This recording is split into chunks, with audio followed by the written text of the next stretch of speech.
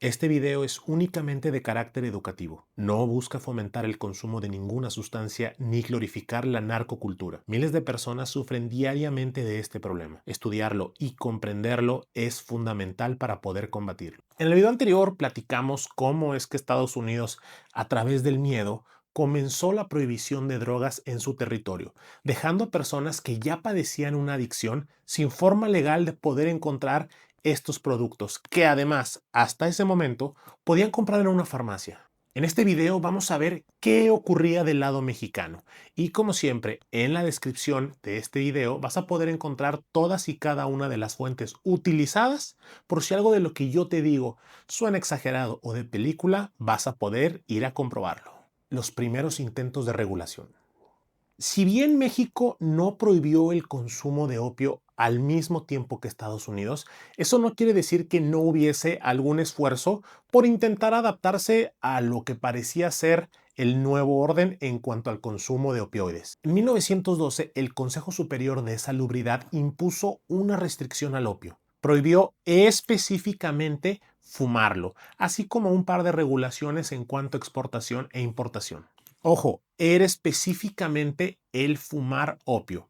Producirlo, procesarlo y venderlo de otras formas seguía siendo completamente legal. En 1916, el presidente Venustiano Carranza prohibió a nivel federal la importación de opio para fumar.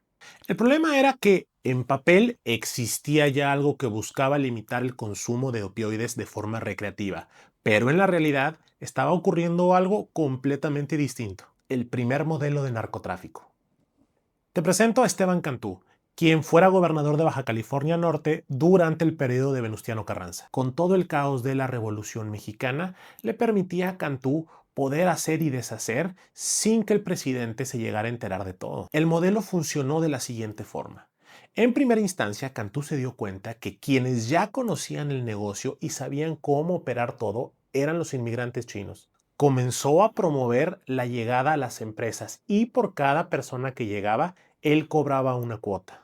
Una vez que se instalaron más inmigrantes chinos, Cantú fue directamente al grano. A cambio de un impuesto, los dejó operar sin ningún problema. Y no crean que fue un dinero por debajo del agua o algo de forma ilegal. Era completamente legítimo. Se llamaba impuesto de patente. Pagaban su cuota, podían tener abiertos casinos y fumaderos de opio sin ningún problema. Es así como Cantú se estaba haciendo millonario. Los inmigrantes chinos tenían un negocio que era imposible de competirles y todo bajo protección del gobierno. Y no es que Carranza no se enterara, pero de nueva cuenta, con la Revolución Mexicana y todos los problemas que estaba enfrentando México como país en ese momento, la legalización del opio pasaba a segunda o tercera instancia. Cuando cae Carranza en 1920, Cantú se negó a reconocer el nuevo gobierno y terminó exiliado en California. La cuestión es que su poder no dependía de mantenerse fiel al Estado mexicano. Él necesitaba el caos que estaba ocurriendo en todo el país para poder hacer sus negocios sin que nadie pudiera detenerlo. Cuando se da el cambio político, se le acabó toda la jugada. El modelo que se quedó.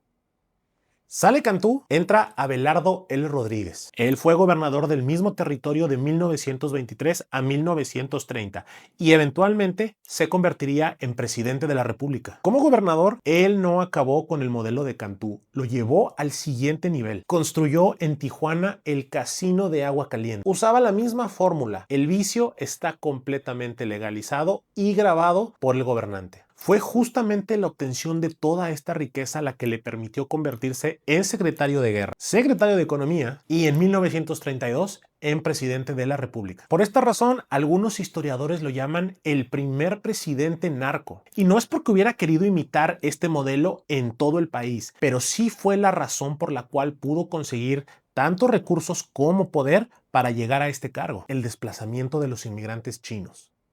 Entonces, durante el periodo de 1920 y hasta 1935, tenemos a gobernadores como Esteban Cantú o Abelardo Rodríguez que permitían a los inmigrantes chinos hacer de las suyas y cobrando una cuota para que no pasara nada. Esto comenzó a generar mucho resentimiento por parte de la población mexicana en Baja California, en Chihuahua y en Sinaloa. No había forma de competirle a su negocio, contaba con protección del gobierno y la realidad es que las ventas superaban por mucho a cualquier producto agrícola o ganadero. En Sinaloa se formó la Junta Central Nacionalista y desde 1920 hasta 1940 se dedicaron a expulsar de su territorio a los inmigrantes chinos. Es importante mencionar que este movimiento fue bastante violento y también cobró la vida de muchas personas. El censo de 1930 reportaba alrededor de 16,000 inmigrantes chinos en territorio nacional. Para 1940 quedaban menos de 5,000. En Ciudad Juárez, Chihuahua, tenemos el caso de Ignacia Jasso,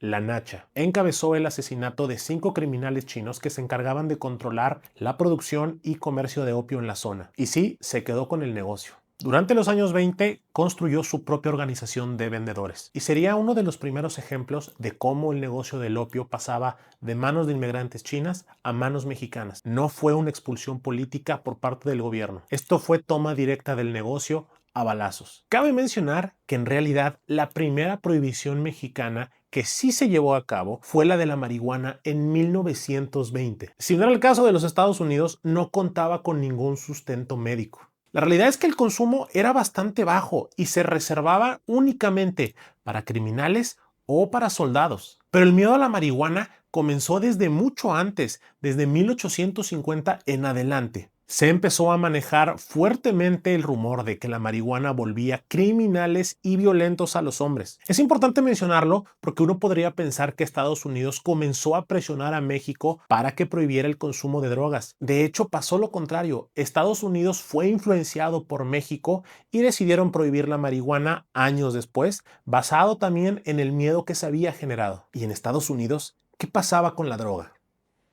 Toda la producción de México tenía que llegar a algún lado y el consumo no desapareció con la ley Harrison, se transformó. El primer efecto de la prohibición fue meramente económico, los precios se dispararon. Reportes de la época indican que una lata de opio pasó de costar $5 a 50. Esto generó un patrón que existe hasta el día de hoy. Cuando una persona adicta a alguna sustancia ya no puede conseguir esa misma, termina girando a lo primero que sea más fácil de conseguir. En este caso fue la morfina y la heroína. Y así fue como el opio fumado comenzó a sustituirse. Quiero mencionar que brevemente hubo un pequeño esfuerzo por empezar a tratar las adicciones de manera médica. En 1919, en varias ciudades comenzaron a abrir varias clínicas que buscaban tratar la adicción, todo de forma legal y con dosis controladas.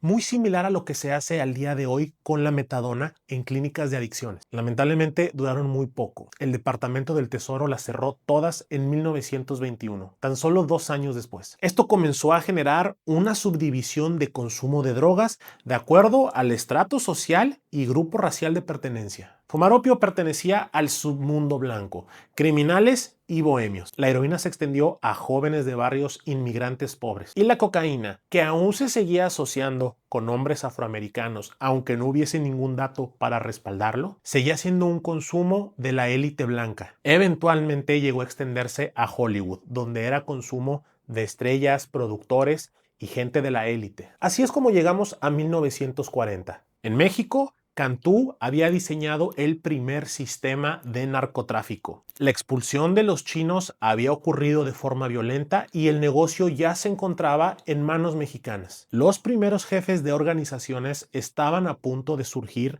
en territorio nacional. Del lado de Estados Unidos aún no se contaba con tratamiento para los adictos, pero la demanda estaba presente. Todo esto estaba a punto de cambiar drásticamente. Estados Unidos estaba a punto de entrar a la Segunda Guerra Mundial y con esto la demanda de drogas ya no iba a ser solo una cosa de adictos, iba a depender del propio gobierno de Estados Unidos. Pero esa es la historia del siguiente video. Como siempre, quiero saber qué es lo que piensas tú. ¿Cómo crees que se ha desarrollado la corrupción de gobiernos estatales y federales en México desde 1920 hasta la actualidad? Si te gustó este video, no olvides de darle like, suscribirte y activar la campanita para no perderte ningún video. Y recuerda, en la descripción vas a poder encontrar todas y cada una de las fuentes utilizadas en la elaboración de este video, para que a la próxima tengas el contexto completo.